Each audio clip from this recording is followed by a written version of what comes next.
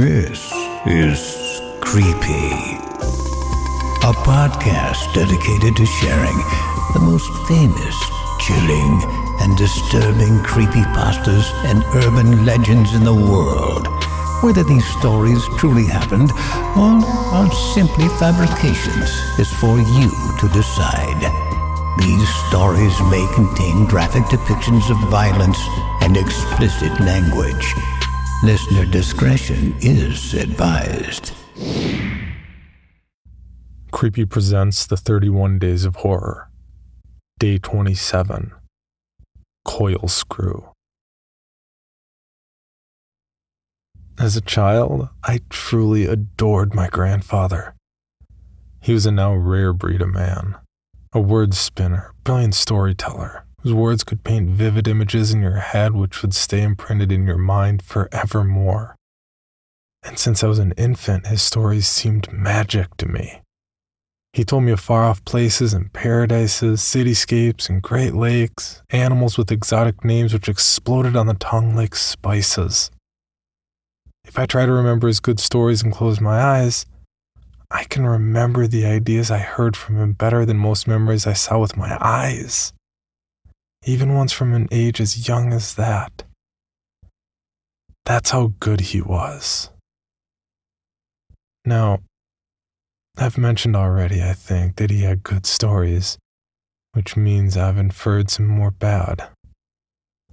He told one to me once, but not so much of a story, but of a being. I apologize, I'm not even half the storyteller my grandfather was, but here's the basic gist. He told me, where he usually did, in front of that grand fireplace, the only thing which made his little house beautiful. He lowered his voice to a sibilant whisper like dead leaves blowing across the ground in winter, so my mother couldn't hear. She was never present when he told me his stories. She often stayed in the garden or chatted with the neighbors. He described how he once had a friend whose passion was for the science of anatomy. He'd longed for a time to discover the trick of life, and he'd attempted to do this by combining creatures with, before, little success. This was disturbing in itself. But this time, my grandfather said, he came to him and said, "I have a new piece," his friend had said. "It worked this time. I didn't do all the work. Most of it I found already like this. But still, come and have a look. But mind yourself, it's rather offensive."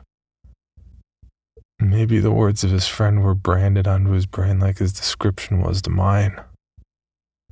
His friend led him to a metal door, the only metal door in the facility. "You'll understand why it's assigned this room soon," he had assured him. My grandfather described how he'd made to open the handle, and his friend stilled his hand, instead directed his eye to the peek hole in the door. And this is what he saw. A being, not cowering, but in the middle of the room, awaiting a visitor with relish. It even seemed to be bouncing slightly, its head staring into the distance and troubled.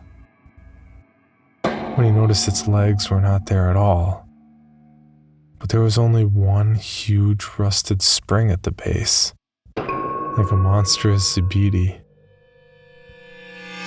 Its whole torso was made from lattice, different hues of skin, sewn crudely together to cover him from groin to head.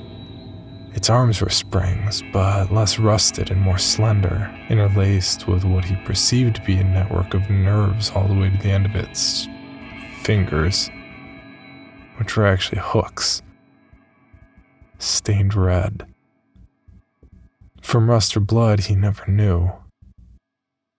And its head, the images my mind created of this never left me. A pale ball, bulbous, not humanoid, a long mouth stretching from where ears would be on a human.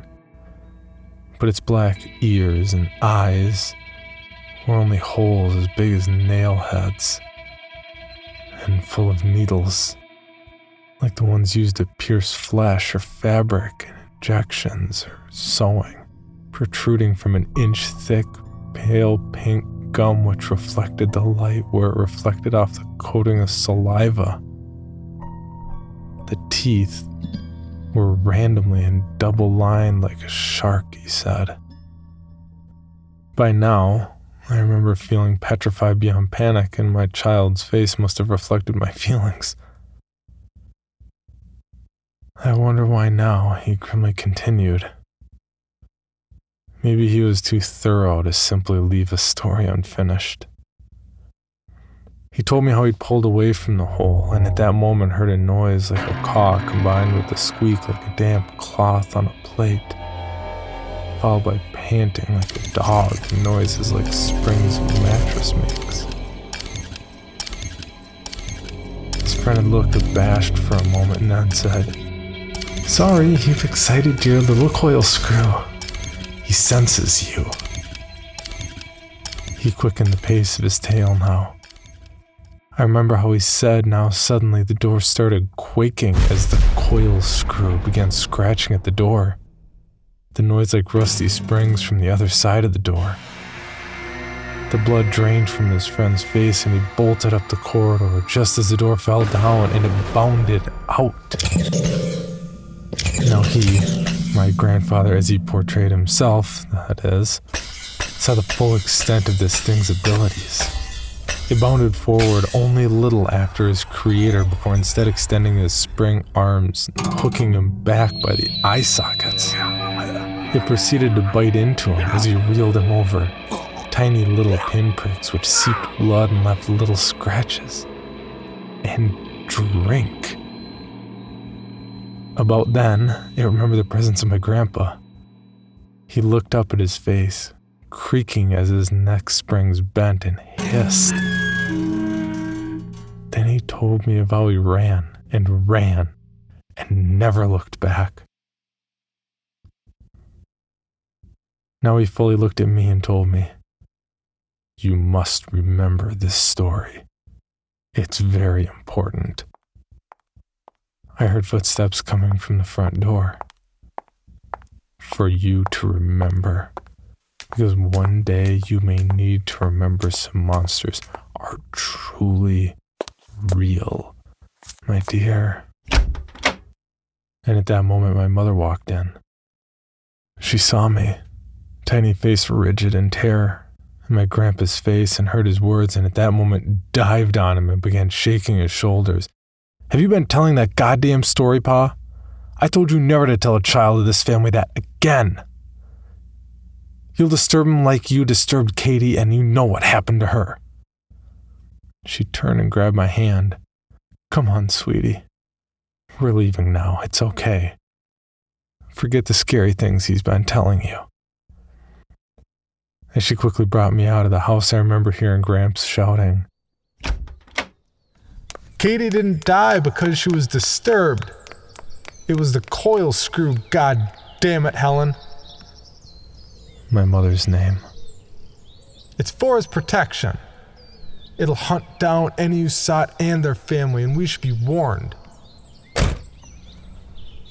His incessant shouts waned to nothing as we walked to the car and drove off. I remember not being able to sleep months after that story. And we never saw Gramps again. But I did some digging afterward and found his job had been traveling to various scientific facilities around the globe. I found the institute his friend worked at, whose name turned out to be Colin, and all his colleagues were killed but never found. Families had sought truth on the internet and all concluded that the work had been too secret and they'd been assassinated, a conspiracy. I always wondered why my grandpa had told me that story. And as he was diagnosed bipolar before his death and lived out his last days in a mental institution, I think he'd made it up as an after effect of losing a friend so close. But the idea of such a being scared me then. Still does now. So I thought I'd post it here. Now, time to return to my present life. There's paperwork to fill, and I can hear birds singing, and God, I can hear my son bouncing on the bed. I thought I told him never to mess around in my room.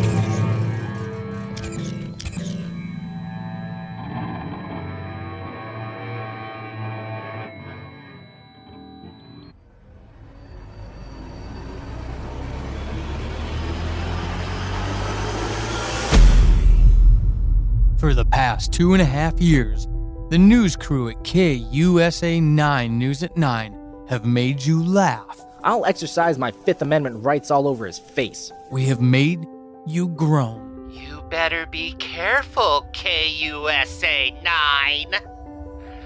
I'm a social justice warrior. Alongside us, you have cried.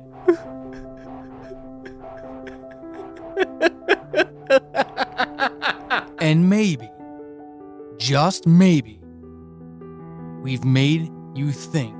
I really need you to think about this.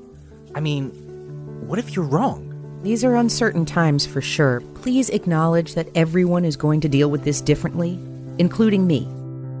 But in Season 4, there's one thing we will do that we've never done before.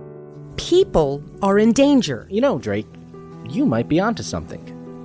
I am remarkable. Maybe too remarkable for this news station. You've really given me something to think about. We're going to make you say, Max and Andy are going broke and spending their last pennies on the barrier buster to see if we can escape Sunrise Peaks. And now no sponsorship money coming into the station?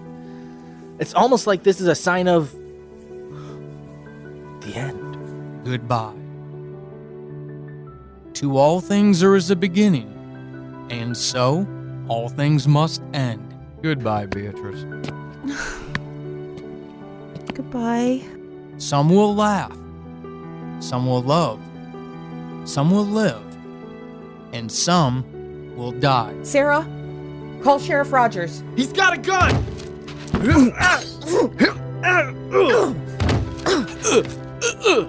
On October 31st, 2017, in what will be the biggest season of Atheist Apocalypse ever, with 12 episodes guaranteed to tickle, taunt, and teach the world through the best satire and audio drama, we will finish the story of the Tri-County. Hot off the wire. Look at what it says. Oh, wow. Jake? No. I'm not ready to say goodbye. Tune in at your favorite podcatcher so you don't miss a minute of the final season of Atheist Apocalypse, or go over to paulsading.com/atheist-apocalypse to find out how you can purchase the entire season now, so you don't have to wait a minute to find out how it all ends. For more information, including pictures and videos of the stories told on this podcast, or to suggest stories for future episodes, please visit us at CreepyPod on Twitter, Instagram, and Facebook, or email us at creepypod@gmail.com. All stories told on this podcast can be found at creepypastawikia.com and are protected by a Creative Commons license. Some rights reserved unless otherwise stated.